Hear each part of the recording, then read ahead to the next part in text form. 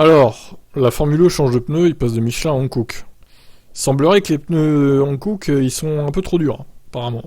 C'est une tâche très complexe de développer des pneus pour de telles conditions, confie Benoît Tréluyer, pilote de développement de la Formule E. La fenêtre de fonctionnement de ces pneus est très compliquée, parce qu'il faut mener les pneus de conditions très froides à des conditions très chaudes, ils doivent être vraiment performants dans toutes les conditions.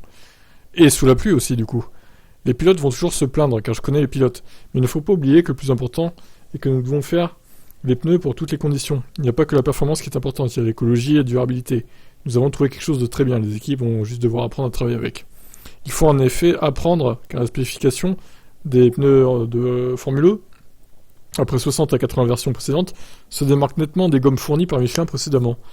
C'est un composé plus tendre au milieu et plus dur à l'extérieur, analysé Phil Charles. Il y a une subtilité quand je dis ça, car lorsqu'on décrit les composés, un mot ne suffit pas. Le comportement peut être plus rigide tout en livrant davantage d'adhérence, une adhérence différente ou une rigidité différente dans certains virages.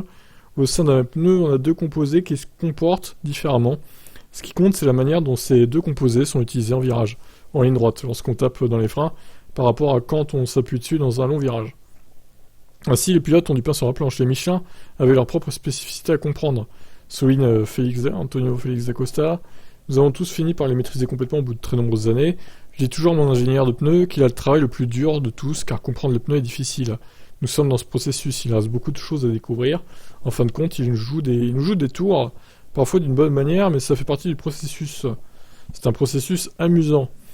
Norman Nato confirme, personne, je pense, n'a encore trouvé les réglages parfaits pour ces pneus-là. Cependant, malgré la nuance apportée par Phil Charles, le consensus est que ces pneus sont largement plus durs que les Michelin.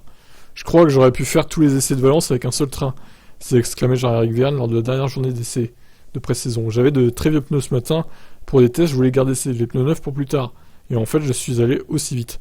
En termes de performance, les pneus durent très très longtemps. Ce sont des pneus très durs. On peut faire 2 ou 3 week-ends avec, assurant Chéri Sacha Fenetraz, alors que Mitch Evans a enfoncé le clou. On peut aller jusqu'à la fin de saison avec ces pneus. Est-ce que c'est une bonne ou une mauvaise chose? Je ne sais pas, mais ils durent longtemps. Bon, c'est... voilà. Globalement, c'est des pneus très solides, quoi. Alors j'avais entendu dire qu'au contraire, ils étaient pas très résistants, bah c'était faux, visiblement. Ils ont l'air de tenir beaucoup plus de temps que prévu. Seul Sam Bird s'est exprimé avec un avis plus modéré. Nous avons établi qu'il avait assurément une certaine durée de vie. Puis le niveau de grippe dégringole. Il va donc y avoir différents pilotes avec différentes durées de vie des pneus en course. Et quand on atteint un certain stade, on a l'impression de piloter de la même manière. Mais quand il y a une baisse conséquence des performances, alors on se demande pourquoi je ne fais que ce chrono. Je crois que je devrais aller une demi-seconde, voire une seconde plus vite. Mais ce n'est pas le cas. Ça pourrait être assez intéressant en course. Une chose est sûre, la dureté des nouvelles gommes n'est pas étrangère aux performances, pour l'instant modeste de la Gen 3. Nous nous attendions à un peu mieux, mais j'imagine que tout le monde ici s'attendait à un peu mieux. Comme en demande Fred Sandbichler, directeur de la compétition chez Hankook.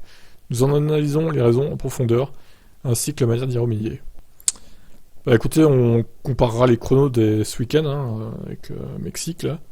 Puisque ce Grand Prix a eu lieu les précédentes années, on comparera du coup avec la Gen 2. Mais en fait, le problème c'est que les pneus ils sont trop durs, donc il y a moins de grip. Et au final, bon, il y a plus de puissance, mais la voiture elle tourne pas aussi bien peut-être qu'avant. Donc ça, au final, ça va faire dans les mêmes chronos, ça se trouve. Et je trouve ça un peu dommage. Pourquoi ils ont pas pris des slicks en fait, tout simplement comme la F1, ça augmenterait le grip de les voitures, elles iraient plus vite autour, ça serait quand même mieux quoi. Parce que là, c'est des pneus pour la pluie, pour le sec. En plus, on se rappelle, à un moment donné, ces pneus-là, ils sont pas forcément adaptés quand il y a des très fortes pluies. C'était un Nipri, je sais plus lequel, là. Ils étaient tous partis tout droit à un moment donné. Ils avaient fait de l'aquaplaning en masse. Ils avaient dû arrêter la course parce que les pneus ne pouvaient pas supporter une telle flotte, quoi, tout simplement. Donc il pleut pas souvent en Formule E, mais ça arrive quand même, et quand ça arrive et qu'il pleut fort, bah du coup ils se retrouvent dans la merde parce qu'ils ont pas les pneus pluie adéquats, quoi. Ils ont des pneus tout temps, toute saison, entre guillemets, donc voilà. On verra bien ce que ça donne cette saison. Je vous laisse commenter. Est-ce que vous allez regarder cette saison la Formule E? On en parlera sur la chaîne de toute façon. Allez, ciao.